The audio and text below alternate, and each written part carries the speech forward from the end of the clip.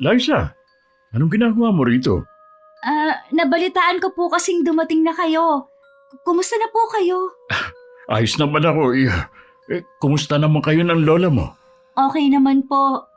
Noel? Nasaan nga pala? Liza? Anong ginagawa mo dito? Hello po, tita. Bumibisita lang po ako. Kaya ka siguro nandito dahil nabalitaan mong dumating ng tatay mo. Ha! Ang lakas talaga ng radar mo, no? Oy, Jackie. Oy, bakit? Totoo naman ah. Pasekreto na nga ang pagdating mo, nakatunog pa yung anak mo. Kaya ka ba nandito para humingi ng pasalubong? Nandito po ako para humingi sana ng kaunting tulong sa pag-aaral ko po. Eh hindi ba sa State University ka lang naman dyan sa bayan nag-aaral? Wala namang tuition dun ah. Magastos pa rin po kasi.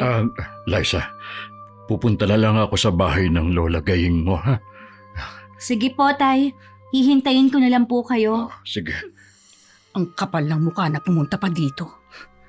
Jackie, bakit mo naman pinagsalitaan ng ganon si Liza?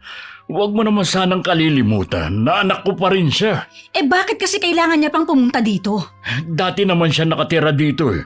Kusa siyang umalis. Dapat panindigan niya yon. Sana naman mabait ka sa kanya. Noel, paano ako magiging mabait sa kanya? Pagkatapos akong awayin ng lola niya noon. Siya. Huwag na natin siyang pag-usapan. Huwag mong sabihin sa akin na pupunta ka sa kanila. Oo, obligasyon ko pa rin naman si Liza. Nasa tamang edad na yung anak mo. Dapat marunong na siyang gumawa ng paraan. Ano siya makakagawa ng paraan nag-aaral pa nga? Siguraduhin mo lang na kung magbibigay ka sa kanila, huling tulong mo na yon. Ang taong makasarili laging inuuna ang sariling kapakanan bago ang iba. Kahit makasakit pa siya. Hirap din magbigay ng tulong o pera sa nangangailangan. Dahil sa pagiging makasarili, minsan nakakatapak na ng kapwa na nagre-resulta sa malagim na paghihigante. Magandang araw, Miss Gwen. Ako po si Liza, 36 years old at tubong Sorsogon. Matagal na po ako nakikinig sa inyong channel.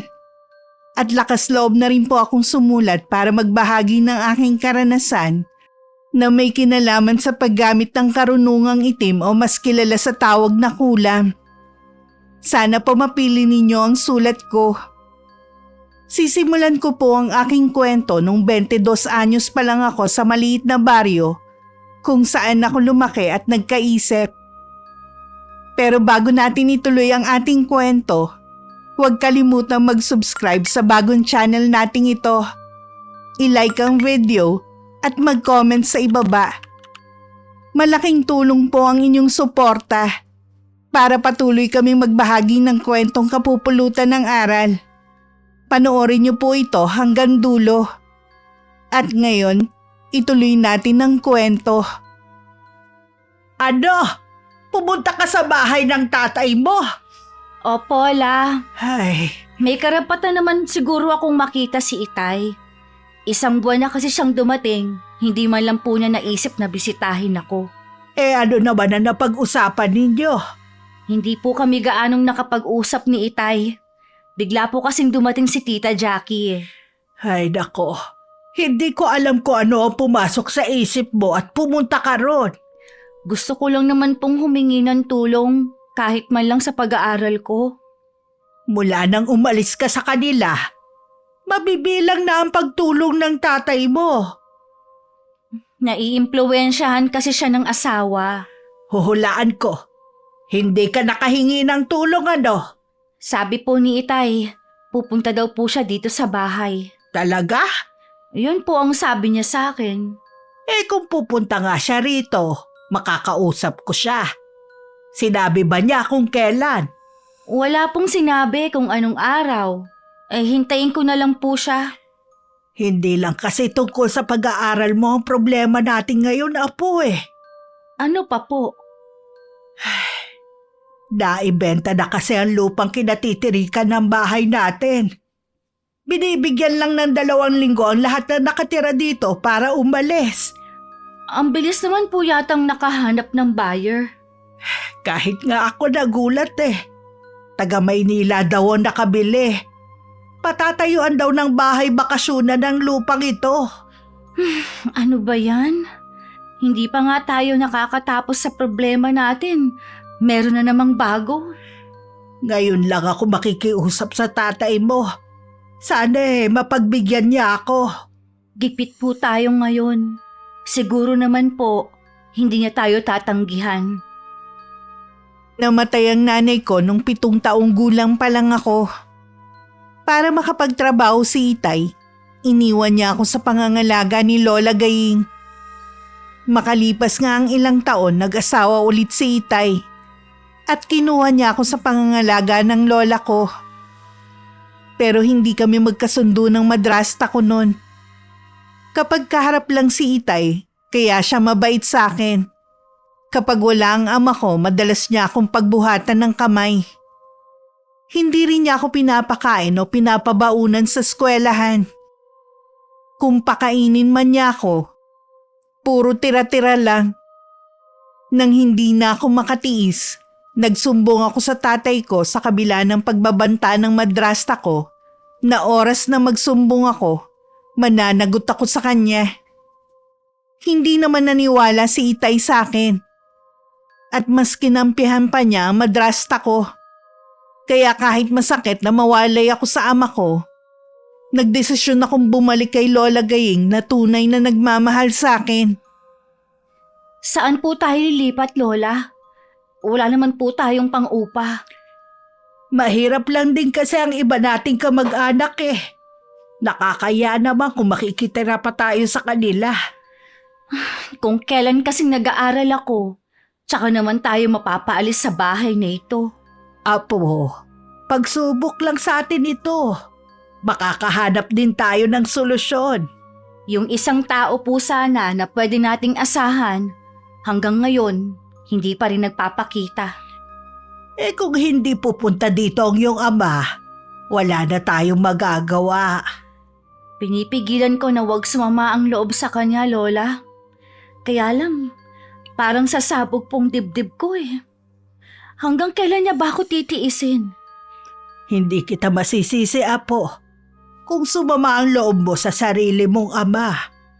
Siguro, kung hindi maagang namatay si inay, hindi ganito ang buhay ko. Hindi ko mararanasan ang hirap. Isipin mo na lang na tapos na ang misyon niya dito sa lupa, kaya kinuha na siya. Tanggapin mo na lang na hanggang doon na lang talaga siya, Apo.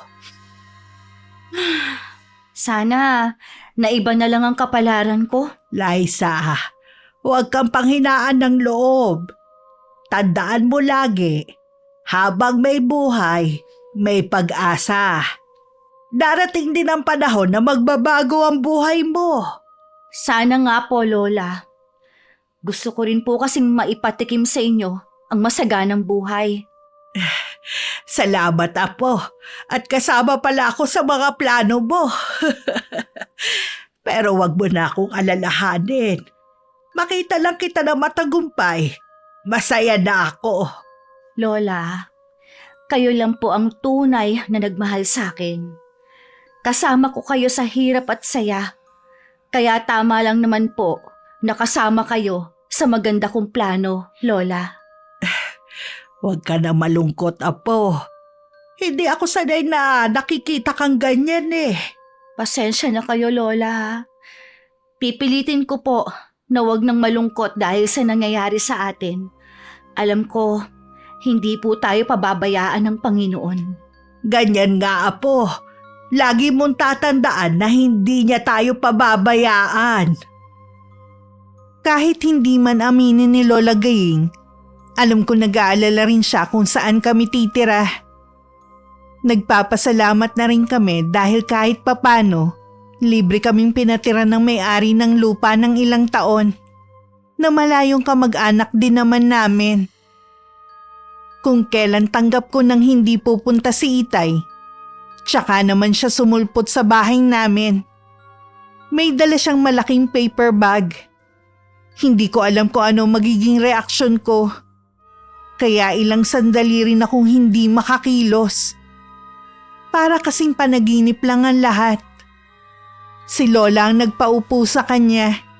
At tahimik naman ako naupo malapit sa kanila. Hindi pa rin ako makaisip ng sasabihin. Kaya hinayaan ko na lang ang lola ko na makipag-usap sa tatay ko. Pasensya na kayo kung ngayon lang ako pumunta. May dala akong pasalubong para sa inyo. Akala nga namin ang anak mo hindi ka na pupunta. Marami lang kasi akong inaasikaso. Mabuti naman at pumunta ka ngayon. Meron din sana akong gustong ipakiusap sa iyo Nasabi nga po ni Liza nung manggaling siya sa bahay. Handa po akong tumulong sa pag-aaral niya. Ako na ang bahala sa allowance niya. Hindi lang kasi yun ang problema namin. Ayoko sanang lumapit sa iyo. Kaya lang matanda na ako. Limitado na lang ang nagagawa ko. Ano po ba ang problema niyo? Ibinenta na kasi ang lupa na ito 1 linggo na lang ang natitirang palugit sa amin para umalis. Wala naman kasi kaming kakayanan na mangupahan Kailangan niyo rin pala ng matitirhan. Ganun na nga. Hindi naman po habang buhay kaming magpapakargo sa inyo, Tay. Kapag po nakatapos na ako, makakapaghanap na po ako ng trabaho. Alam ko din po ang sitwasyon ninyo ni Tita Jackie. Ito ang unang beses na makikiusap ako sa iyo. At natitiyak ko na ito na rin ang huling beses na lalapit ako. Marami po akong pagkukulang sa anak ko. At hindi ko naman po yun pinagkakaila. Hindi ko po siya magagawang talikuran kung alam ko naman na meron akong magagawa. Talaga po, Tay? Tutulungan niyo po kami ni Lola? Oo naman. Patawarin mo ako, anak, kung malaki naging pagkukulang ko sa iyo. Kalimutan na po natin yun, Tay. May bahay sa likod ng tinitira namin. Pwede kayo doon ng lola mo. Pinapaupahan namin yun dati pero umalis na yung nakatira. Hindi naman kaya maging issue yun sa bago mong asawa. Ako po ang nagpagawa nun at hindi naman siya. Gusto ko rin po kasi makasama si Liza para makabawi naman ako sa kanya. Nasa gipit kaming sitwasyon ngayon at wala kaming pagpipilian kundi tanggapin ang inaalok mong tulong. Huwag po kayong mag-alala. Hindi kayo pakikialaman ni Jackie dahil hindi naman kayo mismo sa bahay namin titira. Ako na rin po ang bahala sa lahat ng pangangailangan nyo. Maraming salamat, Noel. Pagdating ko mamaya, ipapalinis ko na po ang titira nyo. Ako na rin po ang susundo sa inyo rito. Huwag po kayong mag-alala, Tay. Hindi po kami magiging pabigat ni Lola. Tutulong din po ako sa abot ng makakaya ko. Yung pag-aaral mo na lang ang intindihin mo. Ha? Paano? Aalis na ako. Bukas ng hapon ko kayo susunduin. Sige po, Tay. Ayos na rin naman po ang mga gamit namin. Sige. Ay, may pangamba man akong nararamdaman. Sa ngayon, kailangan muna nating sumunod sa kung ano ang nakatakda. Hindi naman po natin makakasama si Tita Jackie. Kung yun po ang pinangangambahan po ninyo. Kahit may sarili pa tayong titirhan, ilang hakbang pa rin ang layo natin sa kanya. Pero huwag kang mag-alala, hindi kita pababayaan. Puno rin ako ng pangamba, pero mas nanaig sa akin ang kagustuhan na makasama si Itay pagkatapos ng ilang taon. May tiwala din ako sa kanya na hindi niya kami pababayaan ni Lola na basta na lang apihin ng asawa niya. Nakahinga na rin ako ng maluwag dahil nasolusyonan na ang problema namin. Pagdating sa kanila, agad na kinausap ni Itay si Tita Jackie. Sinabi nito ang plano na pagpapatira sa amin sa bahay sa likod. Hindi yun nagustuhan ng madrasta ko at nagtalo sila. Hindi naman nagpatalo si Itay sa kagustuhan nito na siya ang masunod. Nangako na ako sa kapatid ko na patitirahin ko sila sa likod bahay. Ano na lang sasabihin ko sa kanya? O di yun totoo. Sabihin mo sa kanya na anak ko at Biena nantitira sa bahay na yun. Bakit kasi basta-basta ka na lang nagdedesisyon na hindi man lang nakikipag-usap sa akin? Alam ko kasi natututol ka sa plano ko. Yun naman pala eh. Bakit tinuloy mo pa? Anak ko si Liza. Ngayon lang ako makakabawi sa lahat ng pagkukulang ko sa kanya. Wala akong pakialam, Noel. Dapat bago ka nagdesisyon, pinaalam mo muna sa akin. Ikaw nga pinayagan mo na ang kapatid mo na tumira kahit hindi mo pa sinasabi man lang sa akin. Huwag mo sanang kalilimutan. Ako nagpagawa sa bahay na yun dun sa likod. Asawa mo naman ako, kaya lahat ng pag-aari mo, akin na rin. Kahit na, hindi ko gusto na basta ka na lang magdidesisyon sa mga pag-aari natin. Talaga bang hindi na magbabago ang desisyon mo? Hindi na. Bukas ng hapon, susunduin ko na sila Liza at ang lola niya. Bakit hindi na lang dito sa bahay mo patirahin yung anak mo? Paano naman ang lola niya? Hindi mo naman obligasyon ang matandang yun eh. Matagal nang patay ang anak niya. Dapat sa anak mo lang ikaw may pakialam. Nasisiguro ko na hindi papayag si Liza sa gusto mong mangyari. At hindi ko pwedeng basta na lang pabayaan ang biyanang ko. Paano naman ako? Mapapahiya ako sa kapatid ko. Baka magkasamaan pa kami ng loob. Ay problema mo na yan. Sila makakagawa ng paraan kung saan titira pero ang maglola, tanging ako lang ang pwede nilang lapitan. Hindi ko alam kung anong nangyari sa Noel at bigla ka na lang nagkaroon ng pakialam dyan sa anak mo. Gusto ko lang makabawi sa anak ko. Malaki naging pagkukulang ko sa kanya noon. Hanggang kailan sila titira sa bahay na yon? Kahit gusto ko man na doon na sila tumira habang buhay. Alam ko, oras na makatapos na ng pag-aaral at makapaghanap na ng trabaho si Liza, aalis na rin silang maglola. Pinaghalong kaba at excitement ang nararamdaman ko ng mga sandaling yon. Ilang oras na lang kasi susunduin na kami ni Itay. Si Lola Gaying naman kalmado lang siya at mababakas din ang lungkot sa kanya.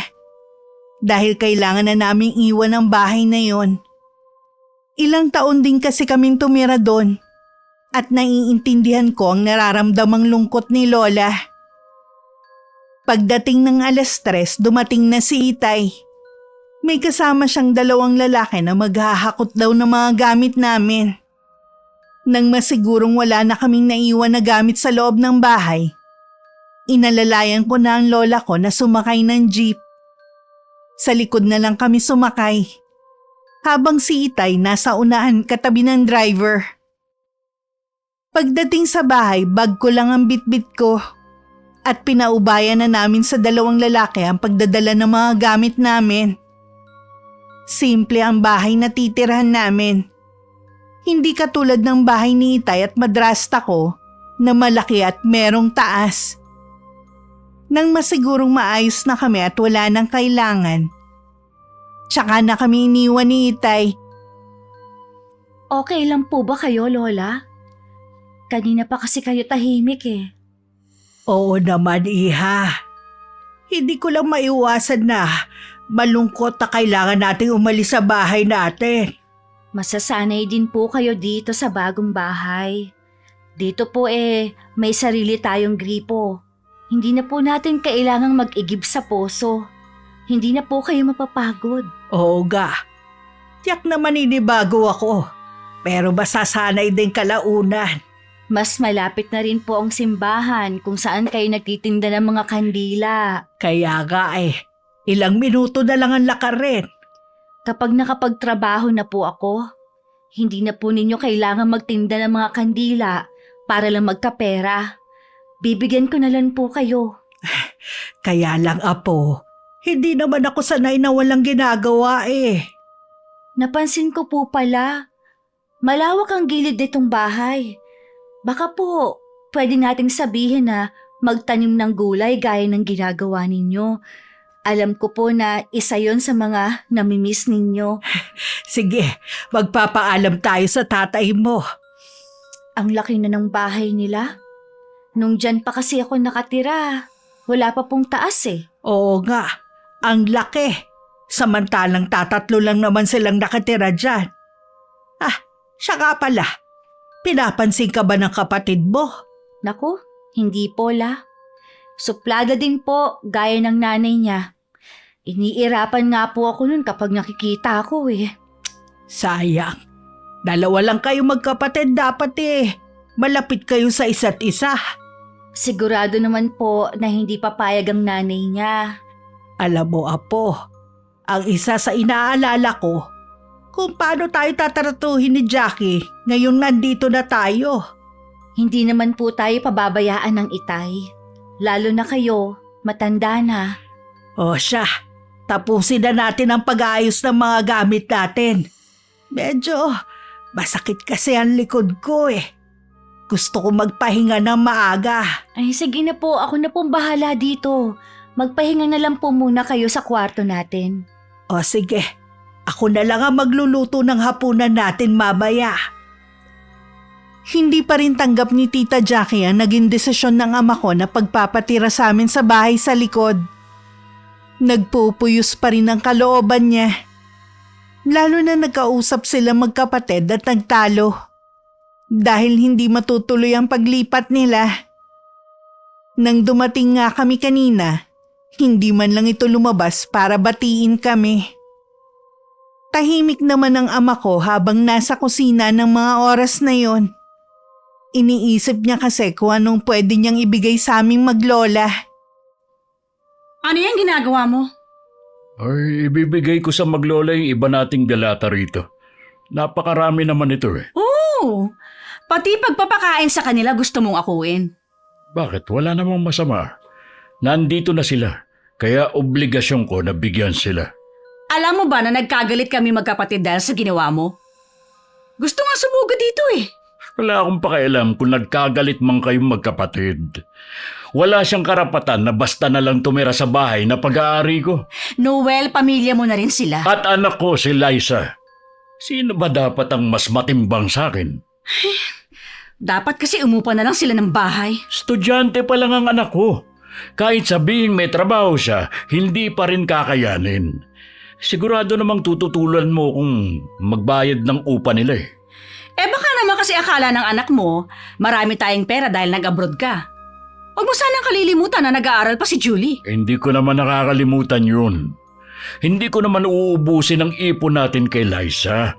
Sinabi ko naman sa iyo na ilang buwan lang titigil dito ang maglola dahil may iba pa silang plano. Ilang buwan pa tayo magtitiis sa presensya nila. Kung ayaw mo silang makita at makaharap, edi huwag kang lumabas ng bahay. At isa pa, laging nasa university si Liza.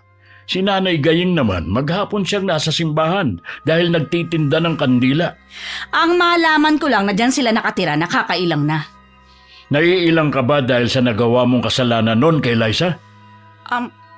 Hindi ko alam ang sinasabi mo. Nakalimutan mo ba kung paano mo siya trinato noon ng masama? Noel, akala ko ba hindi ka naniniwala sa sumbong niya noon? Hindi porket hindi ako nagsalita noon, hindi ako naniniwala sa kanya. Mas pinili ko na lang na bumalik siya sa lola niya dahil naiisip ko na mas maaalagaan siya ron. Pero matagal na nangyari yun. Huwag mo na nga ungkatin pa. Nakikiusap naman ako sa iyo, Jackie. Hayaan mo na makabawi ako sa anak ko. Konting panahon na lang naman ang hinihingi ko sa iyo. Tahimik na kasi tayong namumuhay. Bigla na naman siyang sumulpot sa buhay natin. Mangyayari talaga ito dahil nasa iisang lugar tayo. Wala nang ibang matatakbuhan ang anak ko. Ay, bahala ka na nga. Basta pagsabihan mo ang maglola na yon na hindi sila pwedeng tatambay sa labas ng tinitirhan nila. Ayoko na makikita sila ng mga kamag-anak ko na dumadalaw dito. Gaya ng sabi ko, lagi silang wala rito. Hindi sila magiging abala sa'yo. Nung gabi, bumisita si Itay sa amin. Dinala niya kami ng ilang dalata at pagkain. Tinanong din niya kung ano pa ang kailangan namin at kung komportable ba kami sa bago naming tirahan. Nagpaalam na rin si Lola kung pwedeng taniman ng mga gulay ang gilid nitong bahay. Agad namang pumayag si Itay. Hindi na rin siya nagtagal dahil maghahapunan na sila. Gusto ko pa sana makipagkwentuhan sa kanya. Pero para kasing may pader ng nakaharang sa aming mag-ama. Nandun yung pagkailang sa pagitan namin. Dahil siguro sa matagal naming hindi pagkikita. Nung nakahiga na, hindi ako makatulog. Hindi ko alam kung dahil ba sa bago ang tinitirhan namin. Double deck ang hinihigaan namin at ako ang nasa taas. Pagsilip ko kay Lola, Mahimbing na siyang natutulog. Pinilit ko na lang matulog dahil maaga pa akong gigising para pumasok sa university. At pagkatapos naman ng klase ko, sa trabaho naman ako tutuloy. Mahigit 1 linggo na kami nakatira sa bahay na yon na magkaharap kami ni Tita Jackie. Sakto kasing papasok ako ng gate. Palabas naman siya ng bahay. Bumati naman ako sa kanya at akmang maglalakad nang tawagin niya ako. May kailangan po ba kayo, tita? 1 linggo na kayo ng lola mo dito. Hindi man lang kayo nakikipag-usap sa akin. Ganun na ba talaga kayo kabastos, ha? Pasensya na po. Abala lang po kami. Sayang lang ang pag-aaral mo, Liza. Kung hindi mo alam ang salitang respeto. Hindi na po mauulit. Akala ko po kasi ayos lang na hindi na kami magpakita pa sa inyo dahil kinausap na po kayo ng itay. Para sabihin ko sa'yo, hanggang ngayon, galit pa rin ako sa ginawang pagpapatira sa inyo ng asawa ko dito. At dahil sa inyo, nagkakagulo kami mag-asawa. Bakit po ba kayo nagagalit? Ngayon lang naman po kami humingi ng tulong kay itay. Tsaka, may karapatan naman po siguro ako na tumira dito. Pwes, mula nang bumalik ka sa lola mo, nawalan ka na ng karapatan na tumira dito. Alam ninyo kung bakit ako bumalik kay lola noon.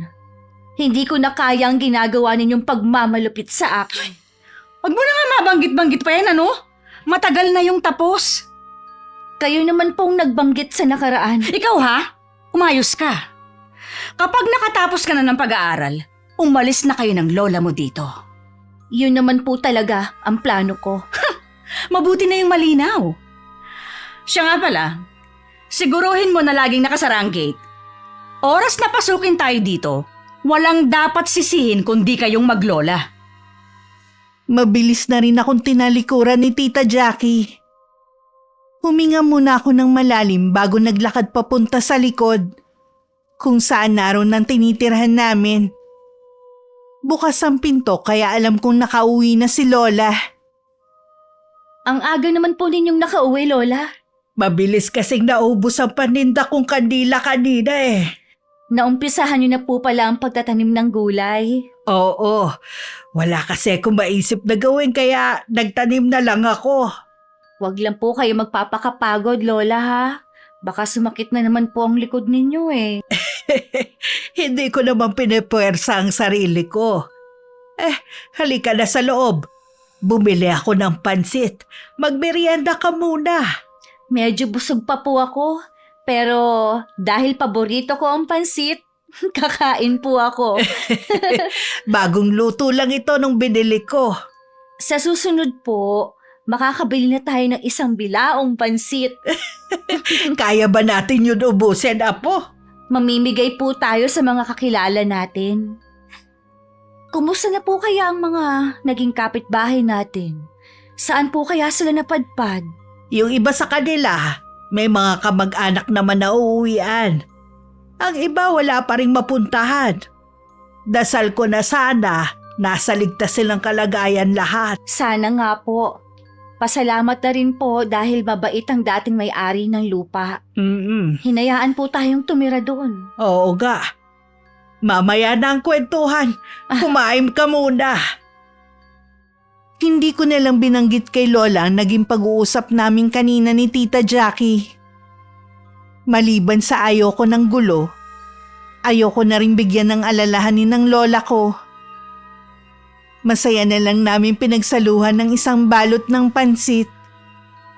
Maliban dito, may binili rin pala si Lola na puto. Tuwing umuwi ako, madalas kong nakikita si Tita Jackie sa labas ng bahay nila. Binabati ko pa rin naman siya kahit hindi niya ako sinasagot. Lagi ko ring sinisiguro na maayos ang pagkakasara ng gate para wala siyang masabi. Pero hindi ko akalain na darating ang araw na pagsasarahan niya kami ng gate. Isang hapon bumuhos ang napakalakas na ulan. Nasa trabaho pa ako noon at naisip ko si Lola Gaying. Naisip kong siguradong nakauwi na siya. Pero ganun na lang ang gulat ko nung maabutan ko siya sa labas ng gate at nanginginig sa lamig. Agad ko siyang pinayungan. Dahil maliit lang ang payong, nabasa na rin ako ng ulan. Tawag ako ng tawag pero walang nagbubukas sa amin. Makalipas ang kalahating oras, dumating si Itay. Dun lang lumabas ang kasambahay nila para buksan yung gate. Wala ba talagang magtatapat sa inyo kung sino ang nagpadlock ng gate? Sige, kayong dalawa, tanggal na kayo sa trabaho nyo. Bakit kailangan mo silang tanggalin sa trabaho? Maliit na bagay lang naman yun ah. Maliit? Hindi maliit na bagay lang ang makita kong maglola na daig pambasang sisiw sa labas ng gate. Tawag sila ng tawag. Wala man lang nagbubukas. Mabuti na lang, maaga akong nakauwi. Sino nang maglalabat maglilinis ng bahay? Ay, di ikaw. Noel naman. Alam mo na hindi ko kayang gawin ang mga bagay na yun. Malakas ang kutob ko na ikaw ang nagpadlock ng gate para hindi makapasok yung maglola. Pwes, harapin mo ang resulta ng ginawa mo. O sige, aamin na ako. Inutusan ko si Mabel na ipadlock ang gate. Uso kasing nakawan ngayon. Iniingatan ko lang naman tong bahay natin. Ha! Malay ko ba naman na nasa labas pa palang maglolang yun? Di sana nang tumatawag sila, pinagbuksan nyo na agad. Maririnig ba naman namin sila? Ang lakas ng ulan. Bakit ako? Alam nyo na agad na dumating ako. Baka nagkataon lang na pagsilip ni Mabel, nakita niya sasakyan mo. Tigilan mo na nga yung pagpapalusot mo. Bahala ka na kung ayaw mong maniwala sa akin. Mula nang dumating ang anak mo, siya na lang ang lagi mong kinakampihan. Nang mga oras na yun, awang-awa ako kay Lola Gaying dahil sa nangyari sa kanya. Sana naman hindi siya magkasakit dahil sa pagkakababad sa ulan. Alam kong sinadya na ipadlock ang gate para hindi kami makapasok. Lola, humigo po muna kayo ng sabaw ng noodles. Salamat, Iha. Ano, may nararamdaman po ba kayo sa katawan ninyo? Giniginaw lang ako dahil sa pagkakababad sa ulan. Huwag na po muna kayo magtinda ng kandila bukas ha. Magpahinga na lang po muna kayo. Sayang naman ang kikitain ko bukas. May kasalang kasi sa simbahan eh. Huwag niyo na pong panghinayangan ang kikitain ninyo bukas. Mas mahalaga po ang kalusugan ninyo. Hindi po biro na mababad kayo ng ilang oras sa ulanan. Sige na nga. Pagbibigyan na kita. Huwag ka lang mag-alala. Kainin po ninyo ito. Akin na. Kukuha lang po ako ng tubig ha. Sige. May kumakatok po. Titignan ko lang po muna kung sino ha. Iniwan ko na muna si Lola Gaying sa kwarto namin saka ako pumunta sa pinto. Si Itay ang napagbuksan ko. Tumabi naman ako para makapasok siya. Nang mga oras na yon, malakas pa rin ang ulan sa labas.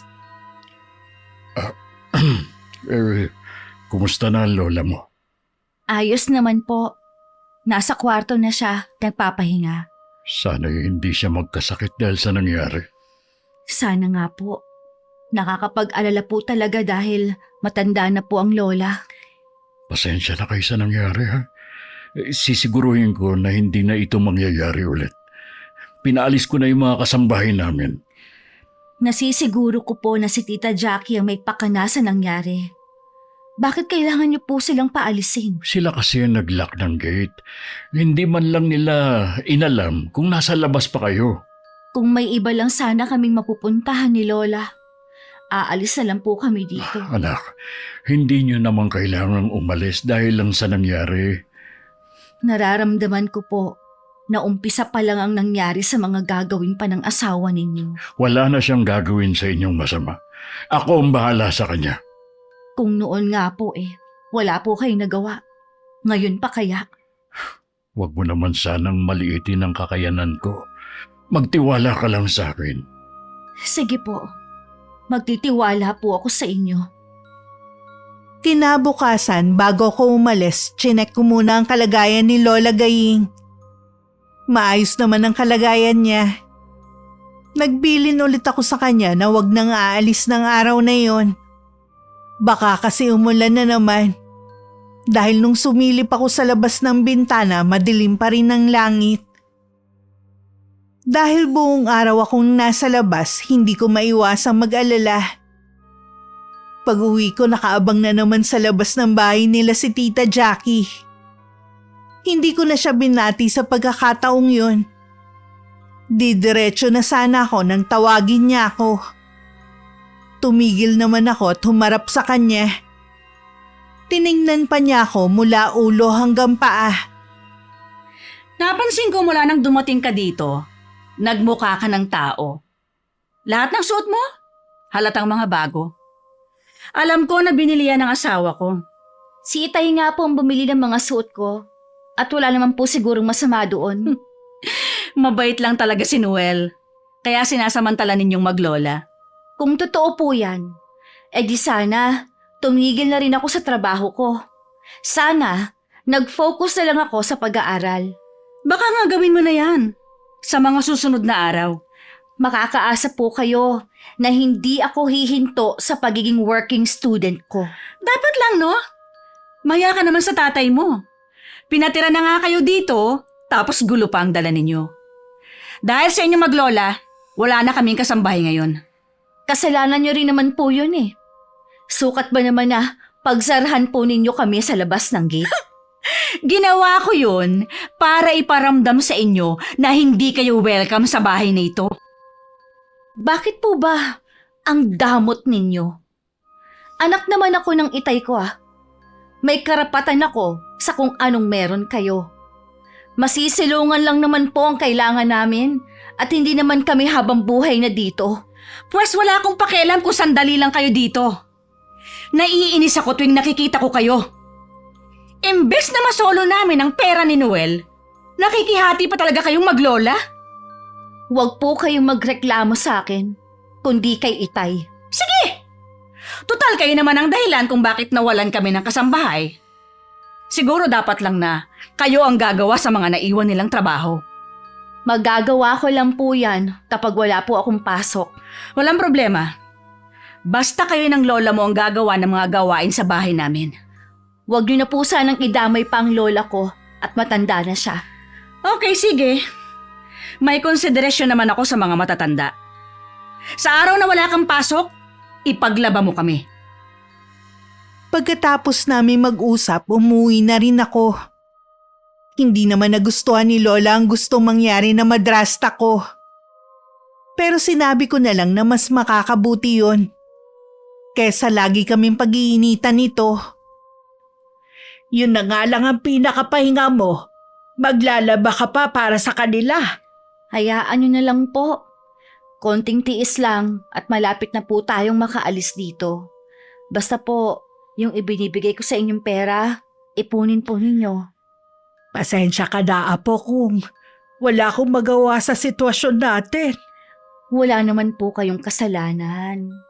Sa dami ng mga ginawa ninyo sa akin mula pa noon, hayaan naman po ninyong ako naman ang bumawi sa inyo. Tutulungan na kita para mapadali ang trabaho mo. Huwag na po, Lola. Kaya ko na po yun. Paano kung hindi lang yun ang ipagawa niya sa'yo? Susunod na lang po ako para wala na lang pong gulo. Ay, naaalala ko sa'yo ang inay mo. Hindi lang siya mabait. Handa rin magtiis alang-alang sa mga mahal niya sa buhay. Sayang nga lang po at maaga siyang kinuha sa atin. Hanggang Sabado ang pasok ko kaya Linggo na ako nakapaglaba. May washing machine naman sila kaya lang mas gusto ni Tita Jackie na mano-mano ang gawin kong paglalaba. Sumunod na lang ako. Ang pinakapahinga ko na lang nung tanghali. Umuwi muna ako sa amin para kumain. Pagbalik ko, nandun na sa may labahan ng madrasta ko. At nakapamewang habang naghihintay sa akin. Saan ka galing, ha? Hindi pa naman tapos ang pinapagawa ko sa'yo, ah. Kumain lang po ako ng tanghalian sa bahay. Sinabi ko ba na magpahinga ka na? Tignan mo nga yung labada mo. Wala pa sa kalahati ang nalalabhan mo. Ang kupad mo naman. Akala ko pa naman sanay ka sa mga gawaing bahay. Pasensya na, tita. Bibilisan ko na lang po ang paglalaba. Siguraduhin mo lang na malinis yung mga damit namin, ha? Dahil kung hindi, malilintikan ka sa akin. Opo. Bumalik ka na sa paglalaba mo. Hindi ko alam na sumunod pala si Lola sa akin at narinig niya ang mga sinabi ni Tita Jackie. Nagulat pa nga ako sa bigla niyang pagsasalita mula sa likod ko. Tutulungan na kita, Apo, para mapabilis ang paglalaba mo. Hindi na po kayo dapat sumunod dito. Kaya ko naman po eh. Kung hindi natin bibilisan, baka bumalik na naman ang madrasta mo at magalit na naman yon. Sige na nga po. Payag na ako na tulungan ninyo ko. Pagod na pagod ako pagkatapos namin maglaba ni Lola Gaying. Parang ayoko nang bumangon sa higaan ko. Hindi lang kasi mga damit na nilabhan namin. Pati kobre kama at mga mabibigat na jacket. Tiningnan ko rin ang mga braso ko dahil kanina pa ito mahapdi. Dahil sa tapang ng sabon na ginamit ko. Naiidlip na sana ako nang tawagin ako ni Lola. Bumangon naman ako at pinuntahan ko siya sa may kusina. Nang mga oras na yon, nagtatalo na naman pala sina Itay at ang madrasta ko. Nadulas kasi ang kapatid kong si Julie. At sinabing kami ni Lola ang naglaban ng mga damit nila kanina. At hindi yun nagustuhan ng Itay ko. Kusa naman nilang ginawa yun, Noel. Dahil nalaman nila na pinaalis mo ang kasambahay natin. Ito na nga lang ang pahinga ng anak ko sa trabaho at eskwela. Pinaglaba mo pa? Sila nga sabing may gusto nun eh. Kilala kita, Jackie. Alam ko na kapag nakakita ka ng pagkakataon para pahirapan ng maglola, gagawin mo. Kung ayaw mo palang ipaglaba tayo ng anak mo, pabalikin mo dito ang mga kasambahay natin. Wala na akong balak na pabalikin sila rito para matuto kayong mag-ina. Nasisiguro ko na ngayon na nasusulsulan ka ng anak mo. Walang sinasabi na kahit na ano sa akin ng anak ko. Hindi ako naniniwala sa Noel. Araw-araw, nakikita ko ang malaking pagbabago sa iyo. Huwag mo na ulit gagawin na alilain ng anak ko sa sarili kong pamamahay. Parang naglaba lang. Inalila na kagad ang tingin mo. Kung hindi kita pipigilan, nasisiguro ko na uulitin mo ang ginawa mo. O sige! Ipagtanggol mo ang anak mong yon. Baliwalain mo na kami ni Julie. Ipakita mo sa harapan ng anak mo na mas mahalagang anak mo sa una kaysa sa amin! Pareho kayong mahalaga sa akin. Alam mo rin na malaki ang pagkukulang ko sa anak ko. Gusto ko lang makabawi sa kanya. Ilang taon siyang naghirap samantalang kayo. Maginhawa ang buhay niyo. Hanggat nandito ang babaeng yon, hindi matatahimik ang bahay nito, Noel. Gusto bang araw-araw na lang tayo nag-aaway, ha? Masyado kang makasarili. Kayong mag-ina. Ilang buwan lang naman titigil dito maglola. Hindi mo pa ako mapagbigyan. Ngayon lang ako humiling sa'yo, Jackie. Sa ilang taon nating pagsasama, laging ikaw ang nasusunod. Pero aminin mo din na sa ilang taon nating pagsasama, naging masaya at tahimik ang pagsasama natin. Nabulabog lang yun nang bigla na namang sumulpot yung anak mo! Babalik din ang katahimikan dito pagkatapos ng ilang buwan. Hindi na ako makakapaghintay. Oras na hindi mo pa alisin ang maglolang yon. Kami ni Julie ang aalis. Napakakitid talaga ng utak mo! Wala akong pakialam! Basta paalisin mo na sila dito! Dahil kung hindi, mas lalo kong pahihirapan ang anak mo. Gagawin kong impyerno lalong buhay niya! Hindi ako makapaniwala na ganyang ka pala kasama. Bakit ba pinakasalan pa kita? Kahit magsisi ka pa ngayon, hindi mo na mababago na ako ang pinakasalan mo! Nang sumunod na linggo, pinaglaba ulit ako ng madrasta ko. Sa pagkakataong yun, pinagamit na sa akin ng washing machine. Kaya maaga akong nakatapos. Ang hindi ko lang inaasahan, kailangan ko rin pala silang ipagplansya pagka uwi ko ng sumunod na araw. Tahimik na lang akong sumunod. Nakita pa ako ni Itay pero tiningnan lang niya ako saka tumalikod. Sanay naman ako sa mga gawaing bahay. Pero pakiramdam ko ng mga sandaling yon, awang-awa ako sa sarili ko. Ilang beses din sumasagi sa isip ko na dapat sa malaking bahay na yun ako nakatira at hindi sa bahay sa likod. Hindi rin sana ako working student at focus lang sana sa pag-aaral. Hindi ko rin sana naranasan ang hirap noon. Kung kani-kanino ako lumalapit para lang makaraos sa araw-araw na gastusin. Nangako ka na hindi mo pababayaan si Liza kapag nandito kami nakatira. Patawarin niyo po ako, Nay. Mula po noon, isa na akong malaking duwag. Hinayaan ko na si Jackie ang magpatakbo ng buhay ko. Kung nakakaya mong makitang inaapi ng asawa mo ang anak mo, ako hindi ko kaya. Kung aalis na po kayo rito, hindi ko po kayo pipigilan. Hindi man aminin ng apo ko. Alam ko na sabik siya sa presensya ng isang ama. Kaya nagagawa niyang pagtiisan ang ginagawa ng asawa mo. Kahit ibigay ko pa ang lahat sa kanya, nararamdaman pa rin niyang may kulang sa buhay niya. Sabik din po akong makasama si Liza. Kaya nga po gusto kong nandito kayo. Hanggat hindi mo kayang manindigan sa anak mo, hindi mo siya magagawang ipagtanggol laban sa asawa mo. Kakausapin ko po si Jackie. Ilang beses mo na ba siyang kinausap? Sarili lang niya ang iniisip niya. Pinalampas ko ang ginawa niya noon sa apo ko. Pero hindi sa lahat ng oras magpapasensya ako. Wala na po sigurong solusyon, kundi ang lumipat kayo ng bahay alang-alang sa kapakanan ng anak ko. Pipili ka rin lang kasi ng kapalit ng anak ko.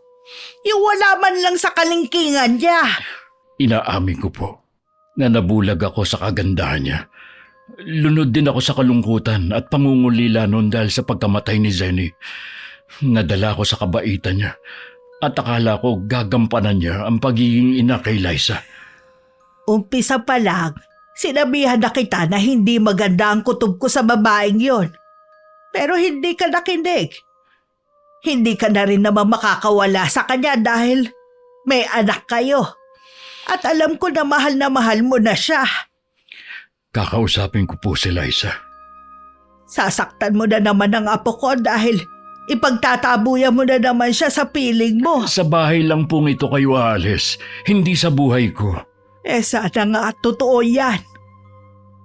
Doble ang pagod na nararamdaman ko ng mga oras na yon. Wala na nga akong ganang kumain. Pero pinilit lang ako ni Lola Gaying. Ayaw niya kasing hindi ako naghahapunan bago matulog. Kumain lang ako ng konti bago pumasok sa loob ng kwarto namin. At ilang sandali lang mahimbing na ako natutulog. Kinabukasan, hindi pa man ako nakakaalis ng bahay, pinuntahan ako ni Tita Jackie. Para sabihin na pag uwi ko mamaya, kailangan linisin ko ang 3 kwarto sa taas. Dahil nagmamadali, tumango na lang ako.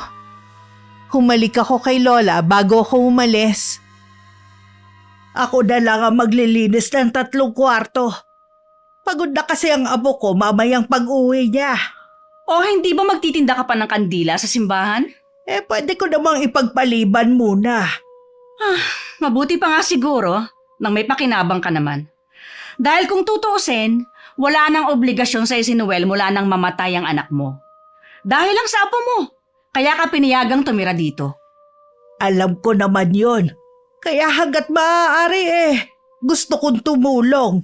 Sumunod ka sa akin para maituro ko na sa'yo ang mga dapat mong gawin.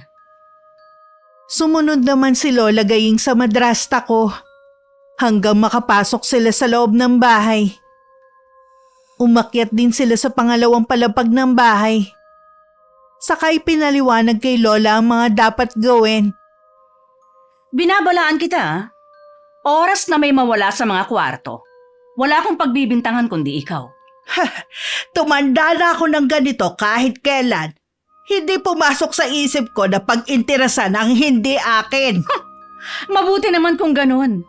Dahil kahit matanda ka na, hindi ako magdadalawang isip na ipakulong ka. O sige, uumpisahan ko na ang paglilinis para mabilis matapos.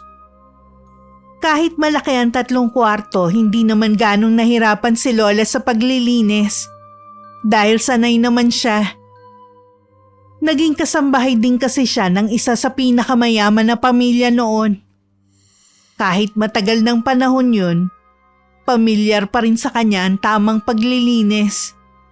Dahil may edad na, madali na nga lang siyang mapagod. Pero hindi niya inindang nararamdaman. Tuloy lang siya sa paglilinis hanggang matapos siya. Nang pababa na siya ng hagdan, nasa sala ang mag-anak. Takang-taka naman daw si Itay kung anong ginagawa ni Lola sa bahay nila. Pinaglinis ko siya ng 3 kwarto sa Ano? taas. Nagawa mong utusan ng matanda? O siya naman na nagpresenta eh. Kahit tanungin mo pa siya. Totoo, Noel. Ako ang nagsabi na maglilinis kesa naman sa utusan pa niya ang apo ko mamaya pag-uwi. Hindi niyo po kailangan sundin ang lahat ng inuutos ng asawa ko. Anong hindi? Libre na nga lang silang nakikitira dito. Dapat lang na pagsilbihan nila tayo kapalit ng pagpapatira natin sa kanila. Ako nagpatira sa kanila rito. Tama lang na ako ang sundin nila at hindi ikaw. Uuwi na ako. Kailangan ko pa kasing maghanda ng hapunan namin ng apo ko. Ay, sige po. Sinabi ko naman sa iyo eh. Hanggat nandito sila, pahihirapan ko silang maglola. Sige lang. Ituloy mo ang ginagawa mo. Oras na karmahin ka, hindi kita dadamayan. Alam ko naman na hanggang salita ka lang. Gabi na ako nakauwi dahil hinintay ko pa kasi ang sahod ko ng araw na yon. Kanina pa nga ako nag-aalala dahil meron pa akong gagawin. Pagkarating ko nga, inilapag ko lang ang bag ko at ilang gamit.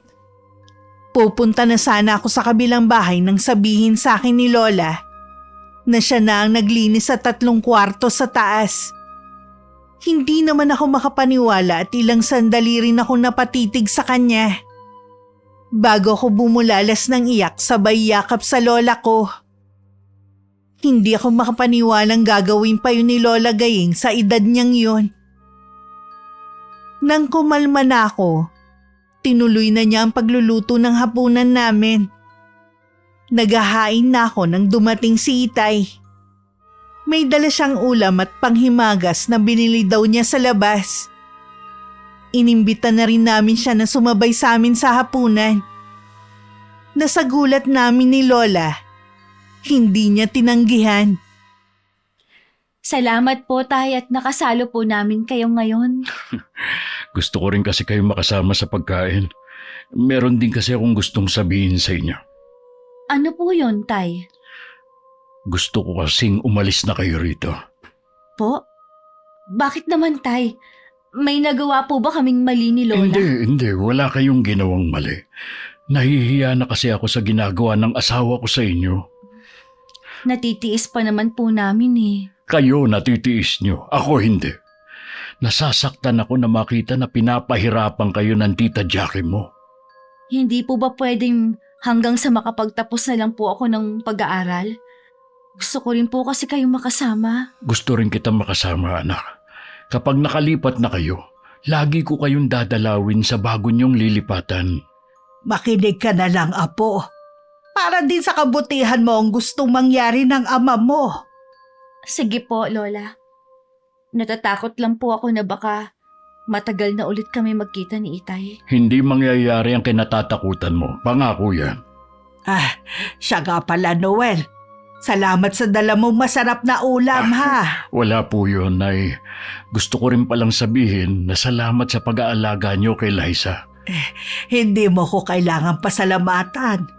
Mula nang mamatay si Sedi, nangako ako sa kanya na hindi ko pababayaan ang anak ninyo. Sana lang laging ganito, Tay. Nakakasama namin kayo sa pagkain. Hindi man araw-araw, sisiguruhin ko na may pagkakataon na tayong kumain na magkakasama. Salamat po, Tay. Natupad na ang isa sa pangarap ko. Hindi namin alam habang masaya kami nagkukwentuhan sa labas ng bahay. Kita kami sa may bintana. Nandun si Tita Jackie na madilim ang anyo at matalim ang pagkakatitig sa amin.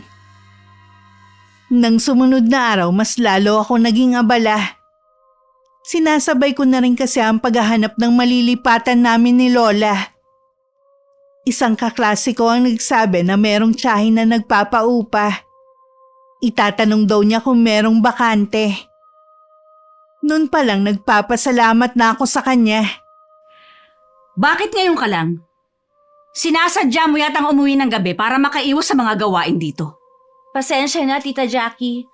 Marami lang po talaga akong ginagawa ngayon eh. Wala akong pakialam. Ang importante sa akin yung gagawin mo rito sa bahay. Huwag mong kalilimutan na dahil sa inyo, nawalan kami ng kasambahay. Hindi naman po namin yun kasalanan eh. Si Itay ang nagpaalis sa kanila. Oo nga! Dahil sa inyo. Bukas na lang po ako gagawa sa inyo. May gagawin pa po kasi ako ngayon. At sino ka para magdesisyon, ha? Ako ang may-ari ng tinutuluyan ninyo, kaya dapat lang na sumunod ka sa akin. Narinig mo naman siguro ang sinabi ng apo ko. Huwag kang makialam dito, tanda! Makikialam ako dahil apo ko ang pinagsasabihan mo. Total naman, pumapil ka na. Ikaw nang gumawa ng gawain ng apo mo. Maging masaya ka na dahil aalis na kami. Oh, talaga? Kailan? Ngayon na ba? Naghahanap na kami ng malilipatan. Akala ko pa naman ngayon na kayo aalis. So habang hindi pa pala, dapat lang na gumawa muna kayo rito sa bahay ko. Hindi na kami gagawa ng kahit ano sa bahay na pag-aari din ng apo ko. Anong sinabi mo?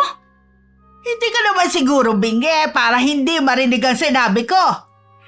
Pag-aari lang naming mag-ina ang bahay na ito, pati ang tinutuluyan ninyong maglola.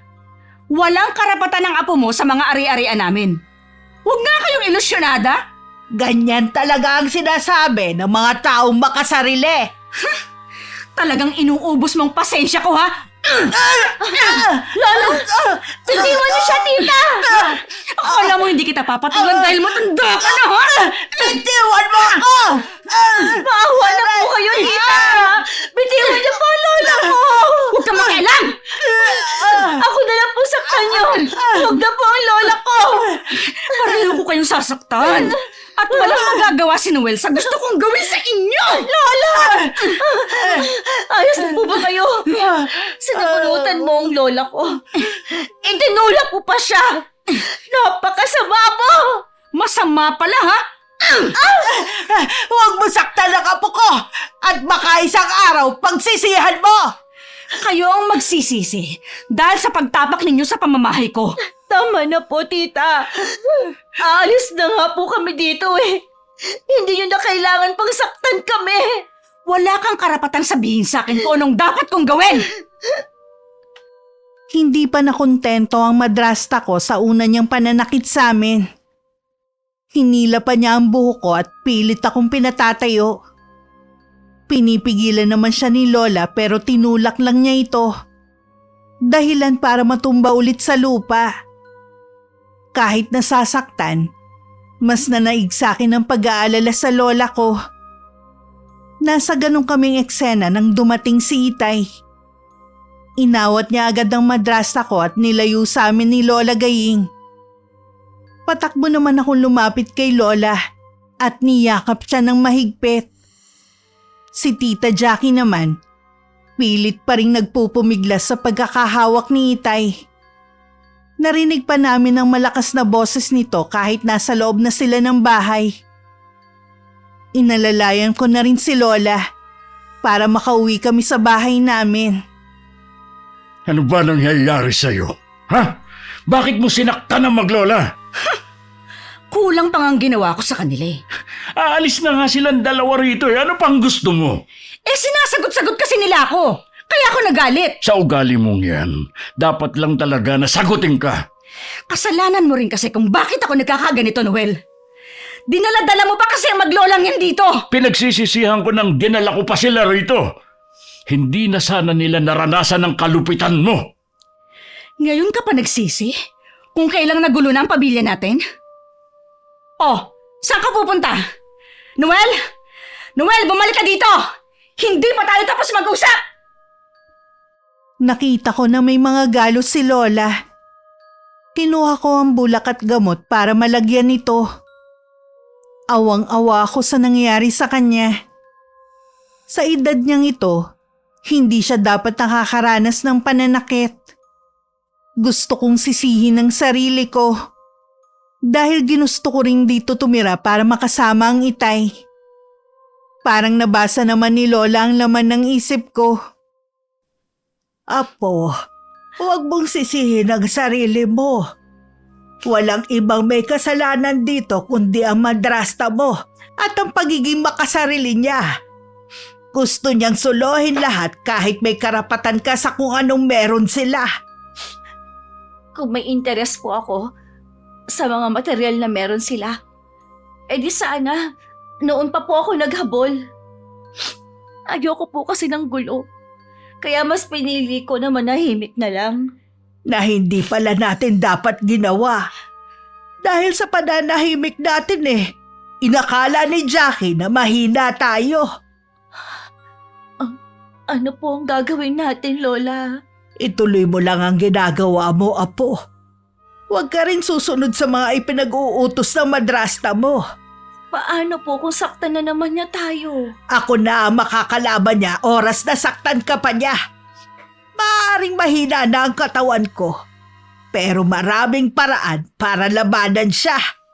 Nag-aalala po ako kapag mag-isa lang po kayo dito. Baka kung ano po ang gawin niya sa inyo Huwag mo kong intindihin, Apo. Kaya ko ang sarili ko. Tuwing umaalis ako, lagi na akong hinahatid ni Lola hanggang sa may gate. Sakto namang nasa labas ng bahay nila ang madrasta ko. Kulang na lang tunawin niya kami sa talim ng titig niya. Umiiwas na lang ako ng tingin. Kapag nakasakay na ako ng tricycle, sakalang bumabalik sa bahay si Lola. Tumuloy siya sa gilid ng bahay para bisitahin ang mga pananim na gulay. Hindi rin naman nagulat si Lola na may sumira ng mga yon. Nangihinayang lang siya dahil sa bunga na mapapakinabangan na sana. Libre na nga ang pagtira nyo. Nagawa mo pa talagang magtanim sa lupa ko? Pinayagan naman kami ni Noel Lagi na lang ang asawa kong sinasangkalan mo. Yun naman talaga ang totoo. Hindi kami basta nakikialam hanggat walang pahintulot ni Noel. Magtapat ka nga sa akin. Ano ba talaga ang tunay niyong intensyon sa pagtira nyo dito? Gaya ng sinabi ko noon kay Noel, pansamantala lang kami rito. Hanggang sa makapagtapos lang si Liza. Talaga bang wala kayong mauuwian na maglola? Meron, pero napakalayo. Iniisip ko lang ang pag-aaral ng apo ko kung lalayo kami. Ang tayog din naman kasi ng lipad ng apo mo Nangangarap pa talaga siya na makapagtapos. Bakit hindi? Lahat ng tao pwedeng mangarap. Ikaw nga nangarap din na makaalis sa maruming trabaho na meron ka noon. Anong ibig mong sabihin? Alam ko na nagtatrabaho ka sa isang beer house noon bago mo nakilala si Noel. Paano mo nalaman ang bagay na yan? Marami kong alam sa'yo na pwedeng ikabago ng pagtingin sa'yo ni Noel. Akala mo ba matatakot mo ako sa mga sinabi mo? Kahit samahan pa kita kay Noel, hindi mo naman kayang patunayan yung mga sinasabi mo. Huwag mong malitin ang kaya kong gawin. Itiko mo yung bibig mo kundi malilintikan ka sa akin. O anong gagawin mo? Sasaktan kami ng apo ko? Hindi mo na yan magagawa. Natitiyak ko yan sa'yo. Isang malaking pagkakamali na sinaktan mo ang pinakamamahal kong apo. Magkano bang kailangan mo para manahimik ka lang? Hindi ko kailangan ng pera mo. Ang gusto ko, magbayad ka sa ginawa mo sa apo ko. Anong gagawin mo? Saktan din ako gaya ng ginawa ko sa inyo? Nagpapatawa ka yata. Mukha bang nakakatawa ang sinabi ko, ha? Pwes kung ayaw mo ng pera, ikaw ang bahala. Kung sakali man na magbagong isip mo, magsabi ka lang. At babantayan ko ang bawat kilos mo para hindi ka makalapit kay Noel. Galingan mo lang ang pagbabantay mo. Baka may makasalisi at malaman ng mag-ama mo ang bahong tinatago mo. Ilang araw ko nang hindi nakikita si Tita Jackie. Tuwing hinahatid kasi ako at hinihintay ako ni Lola sa may gate, Wala siya sa labas ng bahay nila. Hindi gaya ng mga nakaraan. Lagi din tahimik ang bahay nila. Kung hindi dahil sa mga nakabukas na ilaw, iisipin ng kahit sino na walang tao doon. Si Itay naman bihira namin makita at makausap. Abala kasi siya sa bago niyang negosyo. Kailangan niyang paglaanan ng oras at panahon. Nabanggit niya kasi dati na wala na siyang balak bumalik sa abroad. Dahil may edad na rin daw siya. Marami na rin siyang nararamdaman sa edad niyang 50. Bakit ngayon ka lang? Gabi-gabi na lang yata ang ginagawa mong pag-uwi ng ganitong oras. Kung aawayin mo lang ako, pwede ba? Saka na lang. Pagod ako sa pag-aasikaso ng negosyo natin. Iyon lang bang inaasikaso mo? Ano ba sa tingin mo? Pinagdududahan mo ba ako na may ginagawang kalokohan? Hindi naman sa ganon. Ay kung tumutulong ka na lang sa akin, edi sana mas madali ang ginagawa ko. Hindi yung nandito ka lang sa bahay buong araw. O baka naman binabandayan mo na naman ang maglola. Ilang araw ko na nga silang hindi nakikita eh. Sana matauhan ka na sa mga ginawa mo sa kanila. Hindi ka man natatakot na baka sa anak natin bumalik ang karma? Naniniwala ka ba dyan? Eh di sana marami ng masasamang tao ang kinarma. Hanggat hindi talaga nangyayari sa'yo, hindi ka maniniwala. Eh para ka naman kasing tao nung unang panahon, Noel. Ang dami mong pinaniniwalaan. Wala namang masama kung maniniwala ka. Ay nako, huwag mo na nga ako idamay din sa mga kalokohan mo. Sige na, mabuti pa magpapahinga na ako. Oh, hindi ka ba kakain? Hindi na. Wala rin naman akong ganang kumain eh. Si Julie nga pala. Hindi pa nga dumarating eh.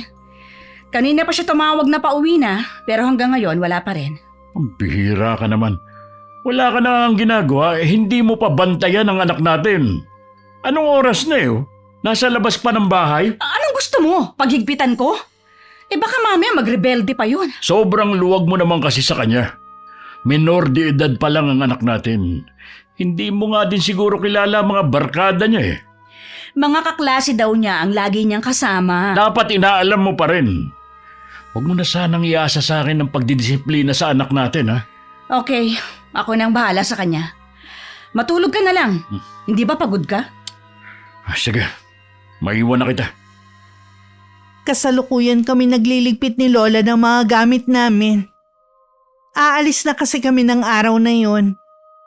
May kinausap na si Itay para ihatid kami sa bago naming lilipatan ni Lola. Hindi man yun kasing ganda ng tinitirhan namin ngayon.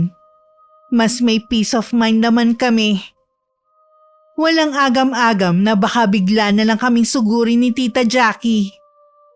Nangako naman si Itay na dadalawin niya kami lagi. Umalis kami na umaambon. Hindi rin namin nakita si Tita Jackie ng mga oras na yon. Hindi namin alam kung nasa loob ba siya ng bahay o umalis siya. Bago sumakay sa jeep na pinaglalagyan ng mga gamit namin, matagal munang pinagmasdan ni Lola Gaying ang bahay. Pasensya na kayo, Lola. Wala kasing bakante sa sinasabi ng kaklase ko eh. Ayos lang, Apo. Okay naman ang bago nating bahay eh. Oo nga po. Eh yun nga lang, malayo sa mga kapitbahay. Kanino nga palang bahay na ito, Lola? Bahay ito nakakilala ko na matagal nang namayapa. Ang anak niya nagpatira sa atin dito. Halata pong matagal nang hindi natitirhan ha? Oo nga. Pero matibay pa rin ang mga kahoy na ginamit. Sa wakas po, nakalaya na rin tayo kay Tita Jackie. Pero siya, kahit kailan, hindi makakalaya sa ginawa niya sa atin. Ano pong ibig ninyong sabihin, Lola? Kailanman, hindi ko palalampasin ang ginawa niya. Kailangan siyang maturuan ng leksyon. Ano po ang gagawin ninyo? Tsaka ko na lang sasabihin sa iyo, Apo. Malayo na po tayo sa kanya. Paano niyo pa po siya magagawang turuan ng leksyon? Maraming paraan, Apo. Mas lalo po akong naguluhan, Lola, sa sinasabi ninyo. Huwag mo nang intindihin ang sinasabi ko. 4 na buwan na lang magtatapos ka na. matutupad mo na ang isa sa mga pangarap mo. At dahil po yun sa inyo, Lola. Kayo po ang inspirasyon ko sa lahat ng ginagawa ko. Alam mo na wala akong hindi gagawin para sa'yo. Alam ko naman po yun eh. 1 linggo na kami sa bahay na yon. Maliban sa amoy luma ang loob nun, wala naman ako napapansin na kakaiba. Naalala ko kasi ang sinabi ng isa kong kaklase na kapag mga lumang bahay daw, pinamamahayan ng mga multo o di kaya mga elemento. Pero sa palagay ko naman walang nakatira doon na hindi namin kauri ni Lola. Akala pala ng madrasta ko, nasa bahay pa kami sa likod nakatira. Minsan pumunta siya doon pero saradong-sarado naman. Kaya iniisip niya na wala lang kami ni Lola. Tambak na kasi ang labahin nilang pamilya at balak ipalabas sa amin. Saan ka galing? Sa likod. Baka naman gusto mong maglinis ng bahay. Ang dami ng kalat at wala ng kaayusan. Kaya nga ako nang galing sa likod. Para sana utusan yung maglola. Pero wala naman sila. Wala na talaga sila. Mahigit 1 linggo na. Bakit hindi mo lang sila nagpaalam sa akin? Baka mamaya may mga kinuha sila na pag-aari natin. Hindi mo lang natin nakita ang loob ng mga bag nila. Nasa birthday ka ng kapatid mo nung umalis sila. At kahit kailan, hindi malikot ang kamay ng maglola. Hindi mo naman sila nakasama, Noel. Kaya paano ka nakakasiguro na hindi nga malikot ang kamay nila? Hindi mo ba alam na kapag ang mga taong hikahos, natutuksong mga yun na kumuha ng hindi sa kanila? Umalis na nga sila eh. Gaya ng gusto mong mangyari. May issue ka pa rin sa kanila. Ang inaalala ko lang naman ay baka may kinuha sila na pag-aari natin. Ang gawin mo, i-check mo ang mga gamit mo kaysa magbunga nga ka dyan. Saan ba sila lumipat? Para alam ko kung sakaling may mga nawawala nga. At alam ko kung saan sila pupuntahan. Sa kabilang barangay lang. Hindi ko alam kung anong eksaktong lugar dahil hindi pa ako nakakarating dun. Ngayong wala na sila, pwede ko na sigurong palipatin sa likod bahay ang kapatid ko at ang pamilya niya. Ay, ikaw ang bahala. Pero ang gusto ko, sila ang gagawa ng mga gawain dito sa bahay. Nakakahiya naman sa kanila ang gusto mong ipagawa. Ikaw nga rin eh. Hindi na nahiya na utusan at pagmalupitan ng maglola. Pwede naman siguro tayong kubuhan ng panibagong kasambahay. Pwede naman. Pero ikaw magbabayad. Bakit ako? Ikaw to may pera. Wala akong pampasweldo sa kanila. Lahat ng pera ko nilagay ko na sa negosyo natin. Kung bakit kasi ayaw mo na lang bumalik sa abroad at mas gusto mo pang magnegosyo dito? Kailan mo pa mababawi ang puhunan mo dyan? Pinaliwanag ko naman na sa'yo na ayaw ko nang umalis. Hirap na ang katawan ko sa trabaho sa ibang bansa. Magkaroon ka naman sana sa akin ng simpatsya. Hindi yung puro sarili mo lang iniintindi mo. Akala mo naman hindi kita inaasikaso. Hindi naman talaga. Dahil puro pera lang ang mahalaga sa'yo. 10 araw na kaming nakatira sa bahay na yon nang bumisita si Itay. Humingi siya ng dispensa dahil abala lang daw siya. Dahil sa dami ng ginagawa niya. Kinumusta naman niya ang kalagayan namin at halata sa reaksyon niya na ayaw niya sa bago naming bahay. Sana naghintay pa kayo ng ilang araw para makakita ng maayos-ayos na bahay. Nagmamadali na po kasi si Lola na makaalis kami sa inyo. Nasaan nga pala ang lola gayeng mo? Lumabas po muna siya sandali. Teka, kaninong bahay ba ito? Sa kakilala po ni Lola. Kaya ako pumayag dahil akala ko sa apartment kayo titira at hindi sa ganitong kalumang bahay. Okay naman po kami ni Lola dito. Huwag na po kayo mag-alala. Kamusta na nga po pala kayo? Pati na rin si na Tita Jackie. Ayos naman. Nagulat nga siya nang malaman na nakalipat na kayo. Bungo akala niya kasi nasa bahay pa rin kayo sa likod nakatira. Pauupahan na po ba ninyong bahay na tinitirhan namin? Lumipat na doon kahapon yung kapatid ng Tita Jackie mo kasama ang pamilya. Kaya din po siguro ayaw niya kami doon. Dahil ang kapatid niya ang gusto niyang patirahin doon. Ganun na nga. Pasensya na kayo ng lola mo ha, kung lalong nagulo ang buhay niyo. Kalimutan na lang po natin yun, Tay. Nakaraan na rin naman. Kahit masama ang ginawa sa'yo ng tita Jackie mo, sana huwag kang magtatanim ng galit sa kanya. Hindi po ako galit sa kanya. Pero hindi niyo po maiaalis na sumama ang loob namin ni Lola Gaying. Pero mawawala naman po ito katagalan. Naiintindihan ko naman kayo. Kapag may kailangan kayo, huwag kang mahihiya na tumawag sa akin, ha? Sobra na po ang ibinigay ninyong pera sa akin. Kulang pa yun sa ilang taon na hindi ko pagsuporta sa'yo. Gumagawa naman po kayo ng paraan para makabawi. Sapat na po yun, Tay. Basta ang gusto ko, gamitin mo sa matalinong paraan ang perang iniwan ko sa'yo. Wala na kasi akong maipamamana sa'yo eh. Opo, Tay. Hindi ko po sasayangin ang perang iyon. Ilang sandali pa nagpaalam na rin si Itay na aalis na. May kailangan pa raw kasi siyang asikasuhin bago umuwi sa kanila. Hinatid ko pa siya sa labas bago pumasok muli. Nagluluto na ako ng hapunan nang dumating naman si Lola Gaying. Napansin kong pagod na pagod siya at nanghihina. Inalalayan ko muna siyang maupo bago ako kumuha ng tubig. Saka yun inabot sa kanya. Hinagod-hagod ko pa ang likod niya dahil hingal na hingal siya. Ayos na po ba kayo, Lola? Oo, apo. Saan po ba kayo galing? Meron lang akong ginawa. Hindi naman talaga ako lumayo Nandito nga po pala si tatay kanina. Sayang, hindi po kayo nagpagngita. Baka matagalan na naman po bago siya makabisita. Hindi naman kailangan lagi akong kaharap kapag nag-uusap kayo Nakamusta rin po kayo ni tatay. Siya nga po pala. Meron daw nakatira sa bahay na tinirahan natin Yung kapatid daw po ni Tita Jackie. Kaya siguro gusto tayong umalis. Dahil mas gusto niya ang kapatid ang tumira doon. Yan nga rin po ang palagay ko. Ngayon na nandito na tayo. Ayoko na mababanggit mo pa ang madrasta mo. Sige po, Lola. Gusto niyo na po bang kumain? Mamaya na. Maaga pa naman Doon muna ako sa kwarto ko, ha? Sige, aalalayan ko na po kayo. Tatawagin ko na lang po kayo kapag nakahain na. Mabuti pa isara mo na ang mga bintana. Baka makalimutan mo pa gaya nung isang gabi. Sige po, isasara ko na. Gaya ng inaasahan, matagal na naman bago makadalaw si Itay. Hindi ko naman siya masisi dahil mag-isa lang siyang nag-aasikaso ng negosyo niya.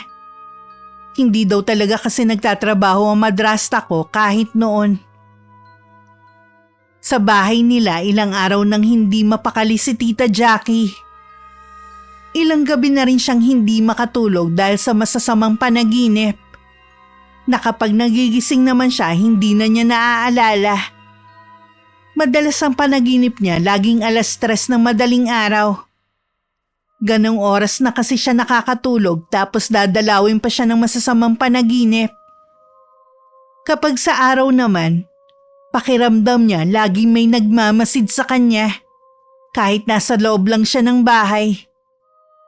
Dahil sa kakaibang nararanasan at kakulangan sa tulog, lagi tuloy mainit ang ulo niya.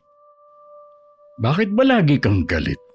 Pati anak mo, nagrereklamo na rin na lagi kang nakasigaw. Pasaway kasi. Ang hirap ng pagsabihan. Kausapin mo na lang ng malumanay. Tatatlo na nga lang tayo dito sa bahay, sisigaw ka pa. Pwede ba, Noel? Huwag mo nga muna akong kausapin ngayon. Hindi maganda pakiramdam ko. May sakit ka ba? Wala naman. Ilang gabi na kasi akong walang tulog. Dahil ba sa sinasabi mo na panaginip na hindi mo matanda? Oo. Basta matinding takot ang nararamdaman ko tuwing nagigising ako. Mabuti pa, magpatingin ka na kaya sa isang espesyalista. Sasamahan kita bukas. Ano naman akala mo sa akin? Nababaliw? Hindi naman porket magpapatingin kay baliw ka na. Ayoko! Kaya wag mo na ipilit sa akin ang sinasabi mo. Dahil hindi ako baliw. Sige, hindi na kita pipilitin. Pero kung magbago ang isip mo, sabihan mo lang ako. Hindi na magbabago ang isip ko kahit kailan. Kung ganon, bumawi ka na lang ng kain. Pati kasi katawan mo, bumabagsak na rin Kakatingin ko lang nga sa salamin kanina dahil nag-ayos ako ng sarili ko. Wala pa rin namang nagbago sa akin. Baka sinasabi mo lang yan para tumaba ako. Kung hindi ka naniniwala sa akin, tanungin mo ang anak mo o di kaya ang kapatid mo. Mas may tiwala ka naman dun eh. Ganun na nga ang ginawa ni Tita Jackie. Tinanong niya ang kapatid niya sa itsura niya. Maliban daw sa pagbagsak ng katawan niya, naninilaw na rin ang balat niya at nanlalalim ang ilalim ng mga mata. Dagdag pa nito, parang tumatanda ang itsura niya. Iyon din ang sabi ng kapatid ko, Noel. Totoo nga ang sinasabi mo. Ayaw mo kasi maniwala sa akin eh. Pero hindi pa rin ako magpapatingin sa doktor. Wala naman akong sakit. Kulang lang ako sa tulog. Kung hindi ka makatulog sa gabi, di sa araw ka bumawi. Hindi rin kasi ako dalawin ng antok sa araw eh. Tinigilan ko na nga rin uminom ng kape. Pero ganun pa rin. Ang tigas din naman kasi ng ulo mo eh. Ayaw mong makinig sa akin. Noel, pwede ba na samahan mo muna ako ngayong araw? Natatakot kasi akong mag-isa eh. Paalis kasi ang kapatid ko at ang pamilya niya. Madalas doon ako tumatambay kapag mag-isa lang ako rito sa bahay natin. Pakiramdam ko kasi, laging may nagmamatsyag sa akin. Sige. Hindi na muna ako aalis ngayong araw. Nagtataka na rin si Itay sa kakaibang kinikilos ng madrasta ko. Pero kahit anong gawin at sabihin niya, hindi talaga niya mapilit na magpatingin sa doktor. May mga gabi na rin na tumatayo ito at naglalakad ng tulog. Minsan nagising si Itay. Wala ito sa tabi niya. Nang lumabas siya, mabuti na lang naabutan niya itong nagbubukas ng pinto para lumabas.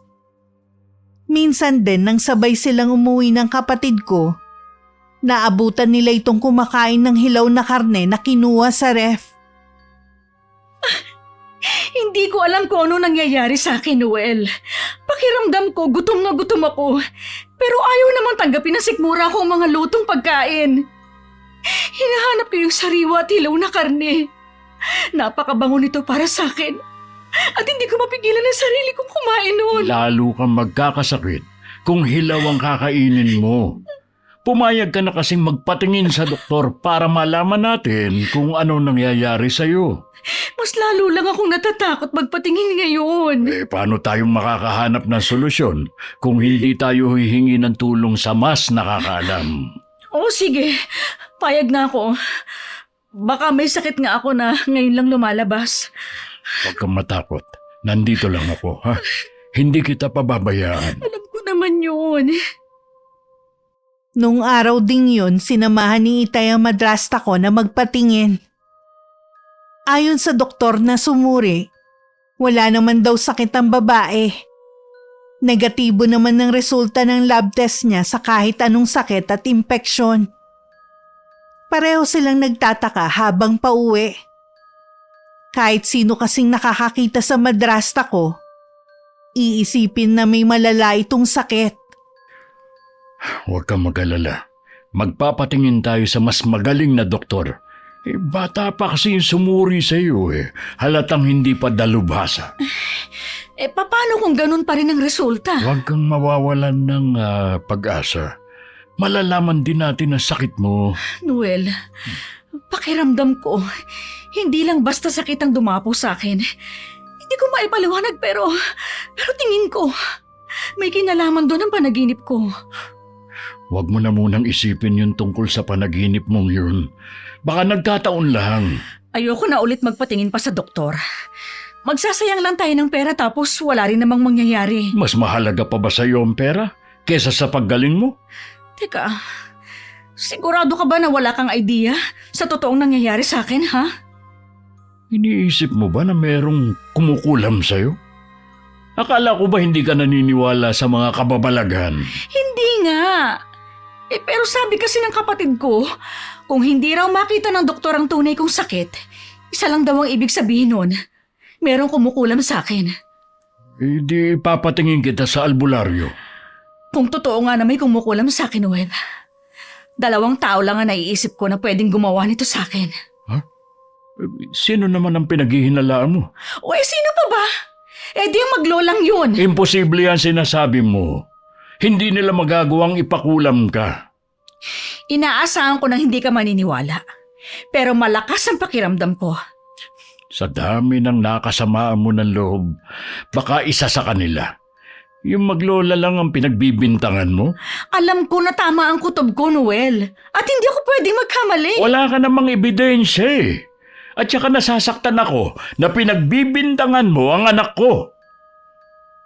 Habang lumilipas ang mga araw, lalong lumulubha ang kalagayan ni Tita Jackie.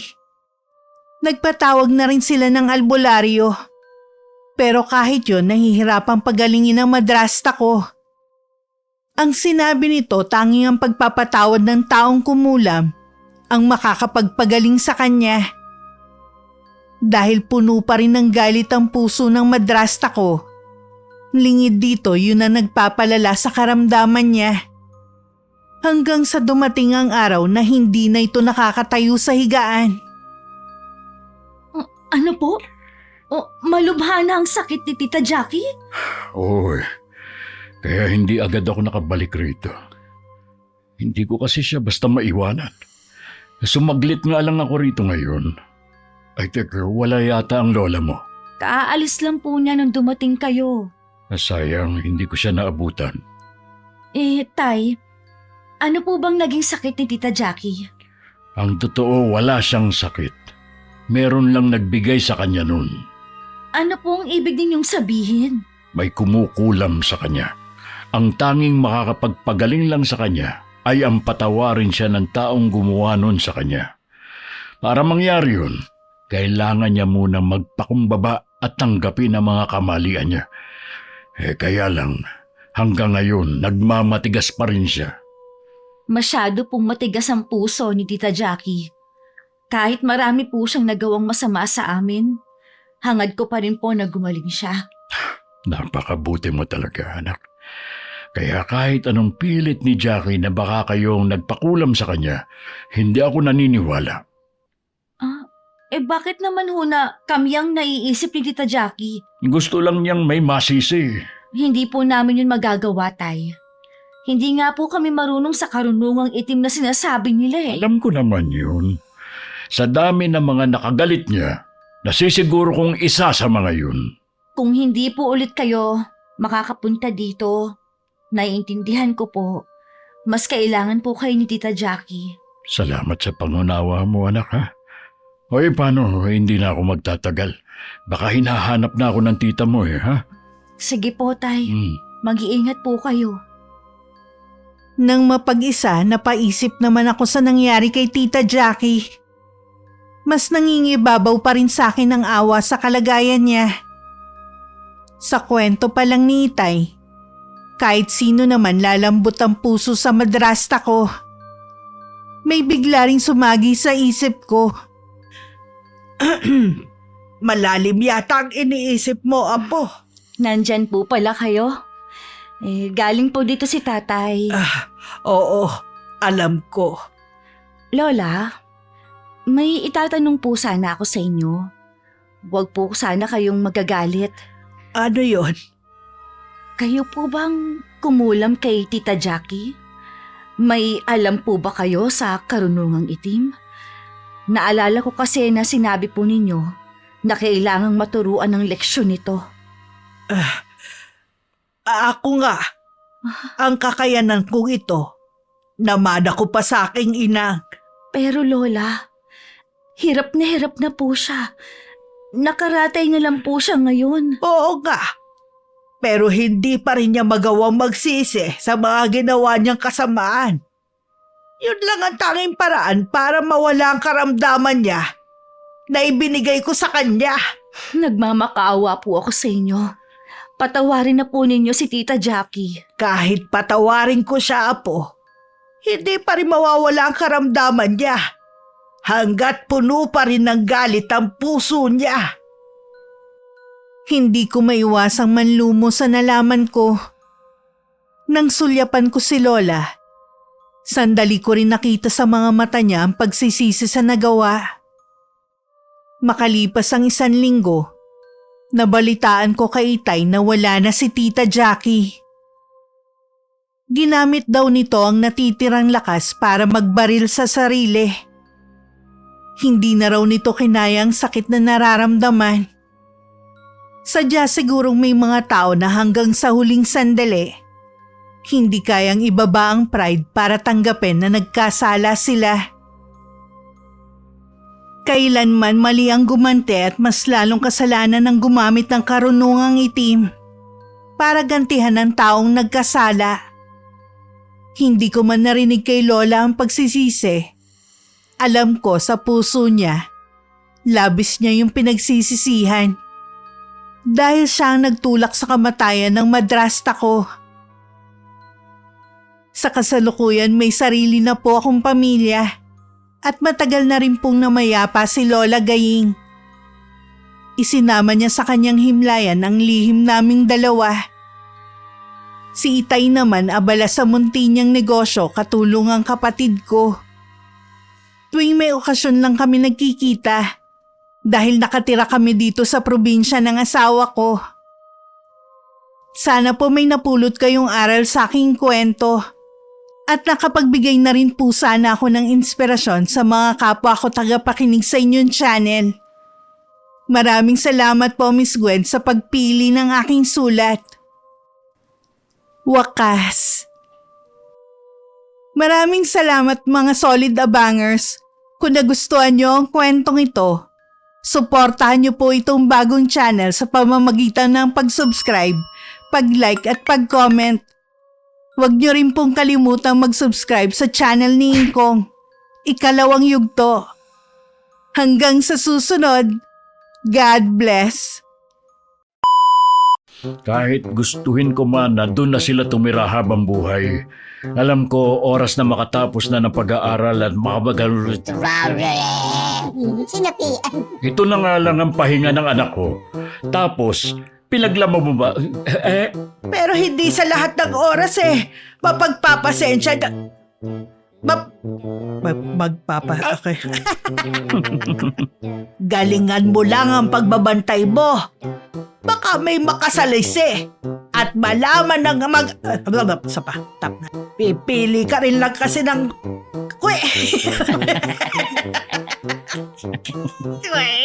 Pipili ka lang... Hindi na makatawid. Pipili ka rin lang. Isa pa. Ikaw nga rin eh. Hindi na nahiya na utusan at pagmulo pinarululian niya.